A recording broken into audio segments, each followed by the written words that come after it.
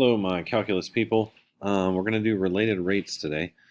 And related rates, you better have your brain working today. So, first of all, you know, subscribe to the channel, smash that like button if you like this content, hit that notifications bell so I can bring more of this content to you. Really help me out. So yeah, related rates, you better have your brain working because last week we talked about implicit differentiation. Well, these are the word problems, and I love these problems because they're cool, and there's so many different ones, and you gotta it's like a puzzle, but they can be kind of long, and there's a 7-step process, and then sometimes you don't need to do all 7 of the steps, but you'll see there. It seems like there's tons of different ways to do the problem, but once you get the groove and you figure out kind of the flow of the steps, then it's not bad, and it's really cool application problems that are like really used in life. So our steps that we're going to use to solve related rates problems. Step 1 is read the problem. I know this seems like a little childish to write this or common sense, but really if you don't carefully read the problem, you're going to miss something that ends up hurting you. So read the problem carefully. It's super important in these because usually they're like a giant paragraph, and you gotta get a lot of comprehension out of it. Step 2. So step 1's easy. You can do that. Step 2 is draw a diagram. Sometimes that's done for you. And you want to draw a diagram of the general case. What you're going to see a lot of times in these problems is if something is changing over time, you're not allowed to write that number on the picture. Like if you look at this picture, the height of this lamp post is 12 feet. That's not going to change. But this guy is walking, so I can't write a number down for X or Y because his shadow's changing and he's walking. But I can write down numbers that are going to stay the same throughout. So only include numbers that don't change. Okay, so normally you're not allowed to put numbers in there unless you know for sure they're not going to change. Okay. So no particular information in here. And you're going to see in a minute there's particular information that we'll talk about. But step 3 is find an equation that fits your situation. So we have read the problem, draw a diagram of the general case, no particular info in there. Find an equation, and sometimes you have to look it up. If it's an equation about right triangles, you might use Pythagorean theorem. If it's an equation about surface area of a sphere, you might have to look up surface area of a sphere equation. Your goal is to get it to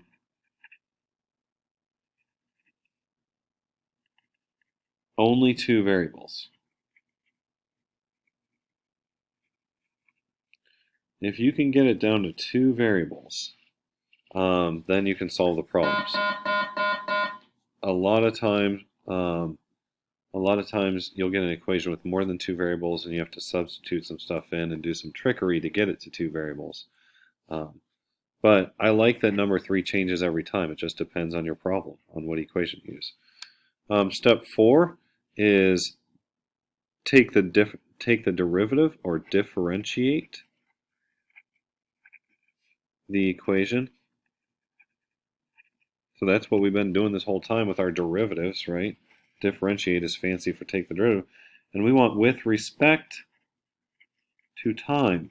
This is where it becomes implicit, because implicit differentiation is when the variable you're working with doesn't match the variable in the problem, and you have to do that penalty. Remember that from implicit? You had this like y prime.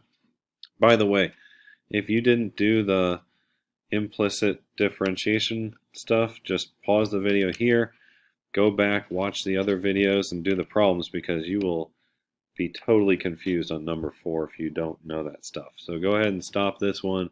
Go catch up on the other one if that's the case. All right, after you differentiate implicitly, put that. After you differentiate, your step 5 will be to find the particular information. Find the particular info. So you'll search through the problem for those numbers you can actually plug in. And it's not like the 12 and the 8 here. It's like the numbers that at one particular time he is this far away from the lamppost, or at one particular time the shadow is this long. So it is a number that you can plug in, but it's a variable that's normally changing. So find the particular info in the problem, and then step 6 is plug in. So this is a pretty easy step. Plug in the particular info to the derivative one. So we want to plug it in not to the original equation, but into the derivative one.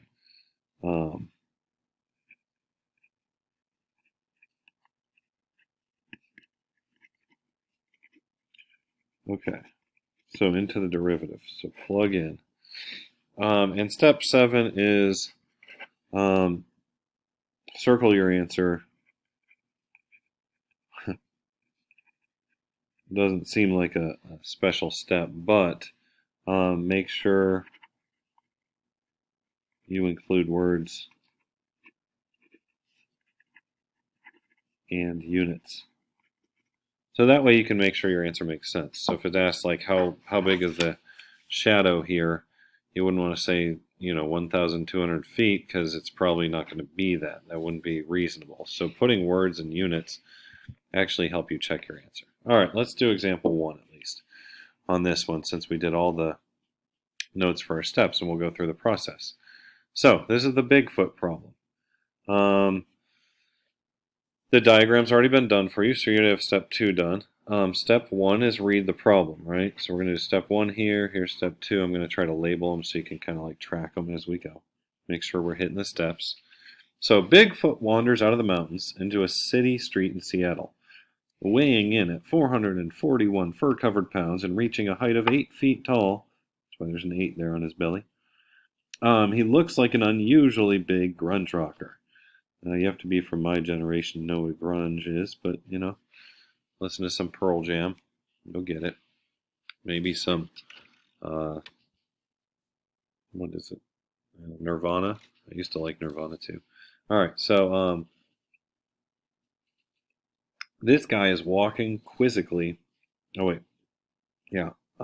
Suppose that the big guy, new to the big city, walks quizzically toward a streetlight. He doesn't know what streetlights are. He's walking towards it, wondering what this thing is. With a rate of 2 feet per second. Okay, so that's going to be information I use later. 8 feet's already on there. 12 feet's already on there. Notice there's no 2 feet per second written on here. That's cool because that doesn't really have a place. It's a speed. It's a rate. If the light is a height of 12 feet, what is the rate that length? At what rate is the length of Bigfoot's shadow changing when he is 6 feet from the base? Now I didn't put a 6 here because he's not always 6 feet from the base.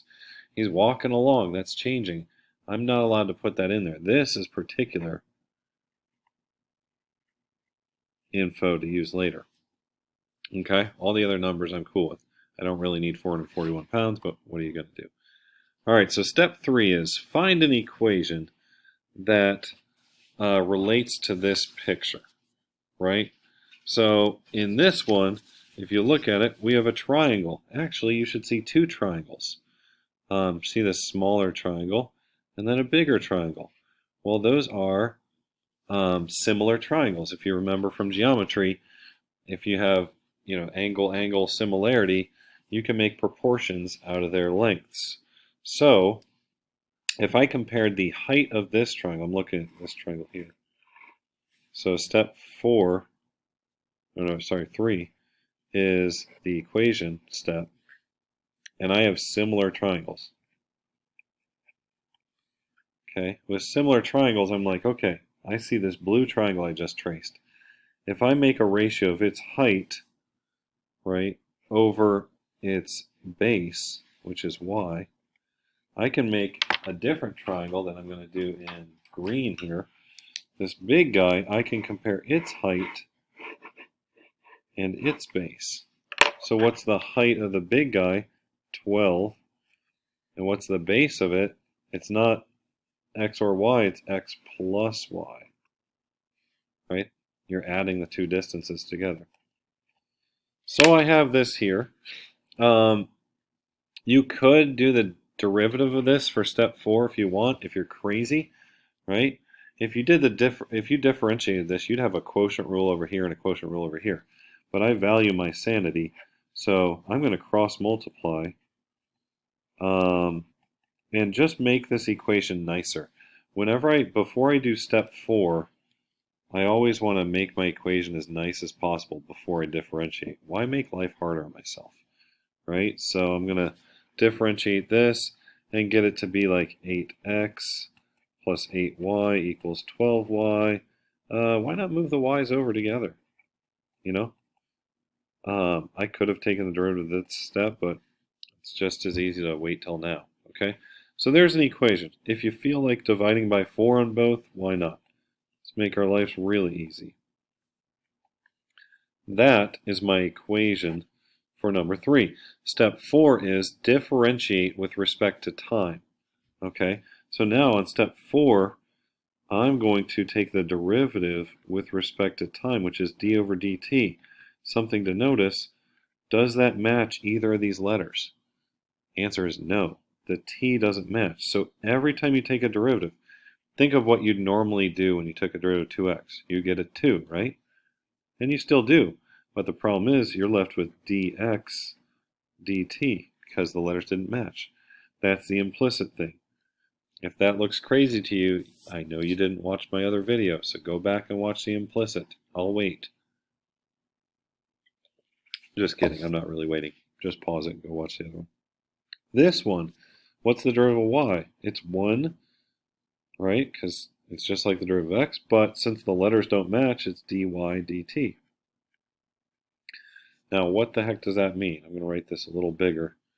It's 2 dx dt equals 1 dy dt. That is the derivative. But what do these mean? Remember, I know what x means. It's the distance here. I know what y means. It's the distance of the shadow.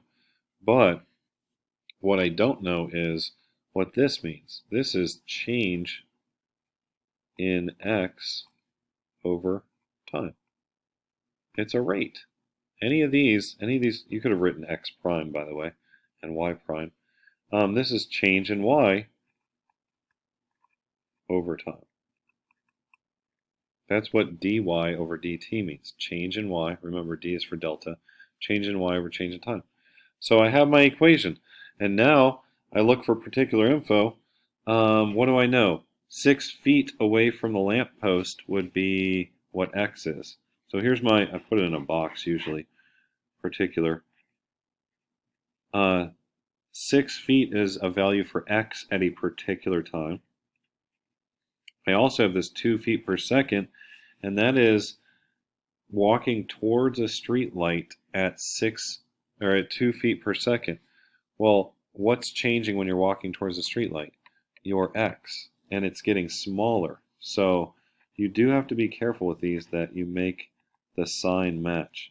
2 feet per second. Okay. All right, so that was step 5. Step 6 is to plug in my particular info. I know I can plug this in for dx dt. I don't really have anywhere to put an x in here because there is no x. Sometimes there is, sometimes there isn't. So all I have to do is 2 times negative 2 equals dy dt. And dy dt is the rate at which your shadow changes. So negative 4 feet per second. My shadow is shrinking. That's what that means. Shadow is shrinking at 4 feet per second. All right, we'll come back later. Talk to you later, people.